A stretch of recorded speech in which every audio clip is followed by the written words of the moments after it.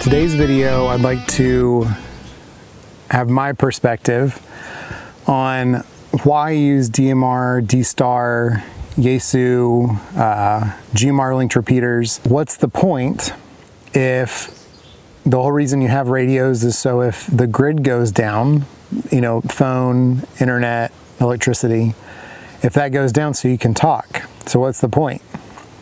And I understand the question. I think from my perspective, the chances of a full, true internet outage in its entirety is very low. Now, someone that's maybe watching in Canada, because I have some watchers up there, you might say, well, wait, we had the Rogers outage last month or 2 months ago, and it took out, you know, television, landlines, cell phones, businesses, everything was down. There was no talking with anybody. So, you know, how it did go down.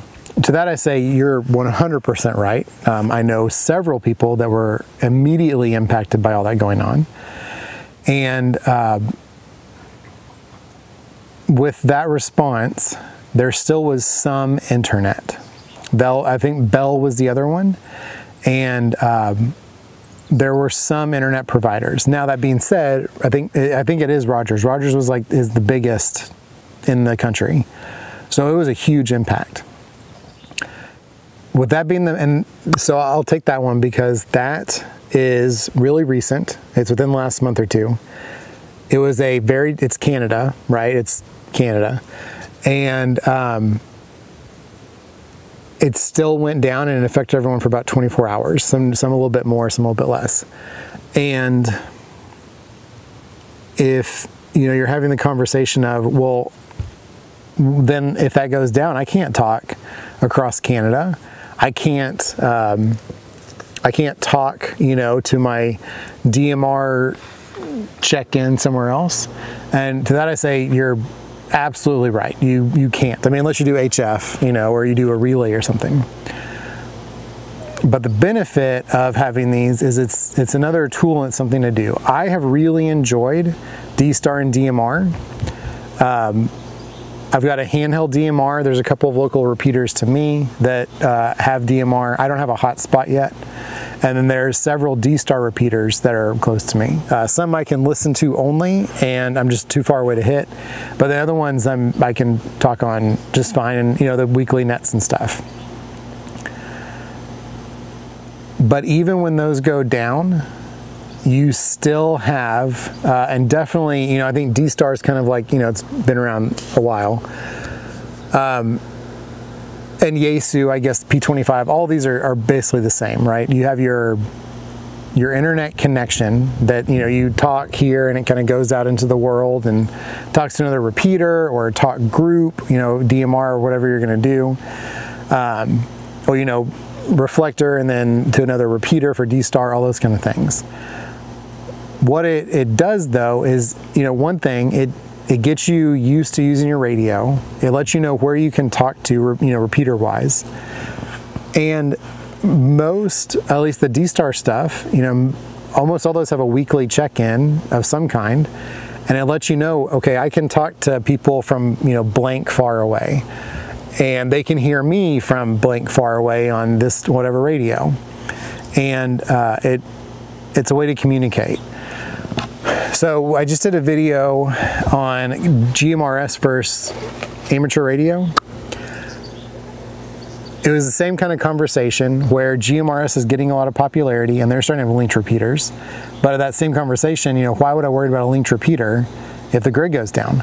Well, it's the same thing. It could, but it gives you practice, right, with your different radios. You know that, you know, it's going to happen on, you know, X time every week, and you can start testing your radios out, drive far away, see if you can hit it, you know, all that kind of stuff.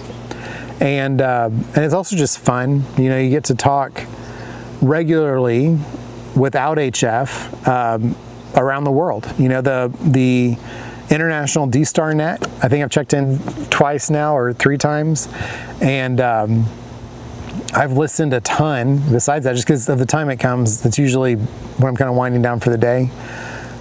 But it's just really nice to be able to go on and just, know what's going on around the world. So I think it is still important to work on those kind of networks, the D-Stars, DMRs, the ASUs, P25s, those things, because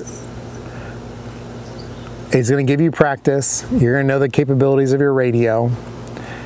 And at least for my perspective, if you can do the D-Star, DMR, digital stuff, you would have no issue last minute, quickly trying to figure out an analog repeater and the PL tones and getting it up and going. If you can figure out, color codes and all that stuff and D-Star and everything. So I think they're really good to have, and just know what they're there for, right? They're good for communication.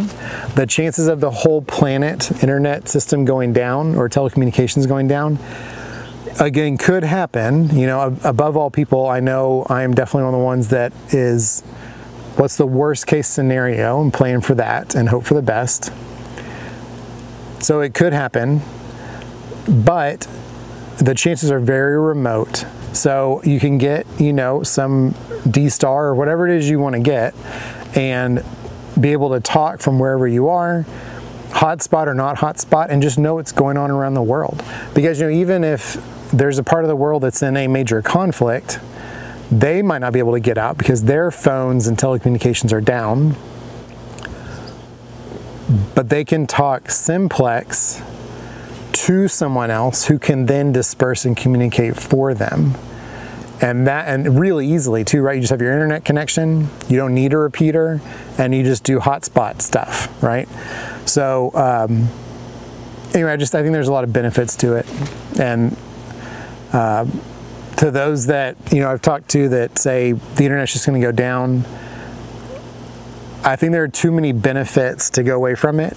And every radio you're going to get that does DMR or D-Star or whatever it is you choose is going to also do analog. So, find a radio you like. I personally love ICOM. I like them a lot. The interface and everything is really good.